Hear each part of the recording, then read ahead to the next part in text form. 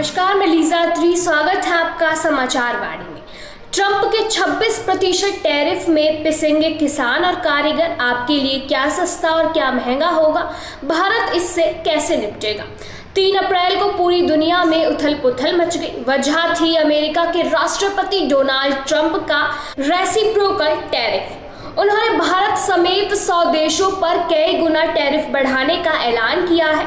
अब भारत से अमेरिका जाने वाले सामान पर 26% टैरिफ लगेगा, जिसकी इतनी चर्चा हो रही है। आखिर वो टैरिफ है क्या और होता क्या है, आइए जानते हैं। दरअसल टैरिफ एक तरह का बॉर्डर फीस या टैक्स होता है, जो कोई भी देश विदेशों से अपने यहाँ आने वाले सामान पर लगता है।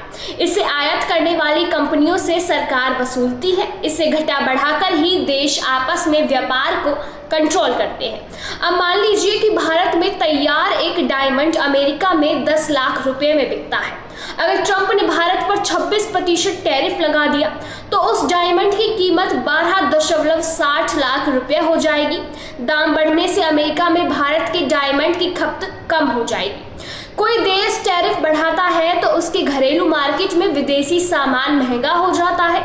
इससे सरकार की कमाई भी बढ़ती है, साथ ही विदेशी सामान की खपत कम हो जाती है और घरेलू कंपनियों के सामान की खपत बढ़ती है। इस तरह से सरकार घरेलू प्रोटेक्शन को बढ़ावा देती है। अब दूसरा सवाल ये सामने आता है कि अमेरिकी राष्ट्रपति डोनाल्ड ट्रंप ने किन देशों पर कितना रेसिप्रोकल टैरिफ लगाने का ऐलान किया है। ट्रंप कहते आए हैं कि अगर कोई देश अमेरिकी सामानों पर ज्यादा टैरिफ लगाता है तो अमेरिकी भी उस सामान पर उतना ही टैरिफ लगाएंगे। उन्होंने इस टैरिफ को रेसिप्रोकल टैरिफ कहा है। 2 अप्रैल को करीब 100 देशों पर रेसिप्रोकल टैरिफ की घोषणा करते हुए कहा कि आज लिबरेशन डे है, जिसका अमेरिका लंबे समय से इंतजार कर रहा था। ट्रंप ने कहा कि भारत अमेरिका पर 52% तक टैरिफ लगाता है, इसीलिए अमेरिका भारत पर 26% टैरिफ लगाएगा। अन्य देश हमसे जितना टैरिफ वसूल रहे हैं, हम उनसे लगभग आधे टैरिफ लगाएंगे। इसीलिए टैरिफ पूरी तरह से रेसिप्रोकल नहीं होगा।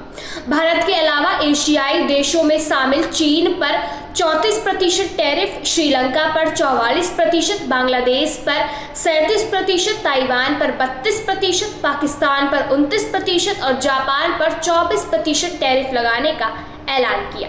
भारत और अमेरिका के बीच करीब 800 करोड़ रुपए का कृषि व्यापार होता है।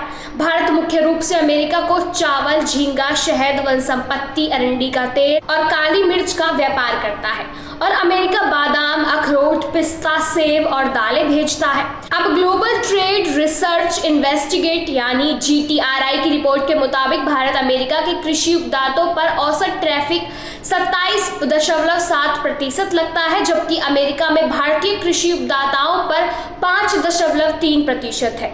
अब टैरिफ 26% होने से भारत के किसानों पर बोझ बनेगा।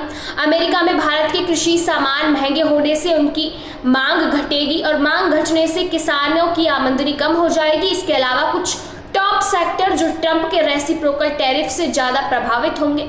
इन सभी सेक्टर के सामानों की डिमांड अमेरिका में घटेगी तो भारत में उनके दाम कम हो जाएंगे।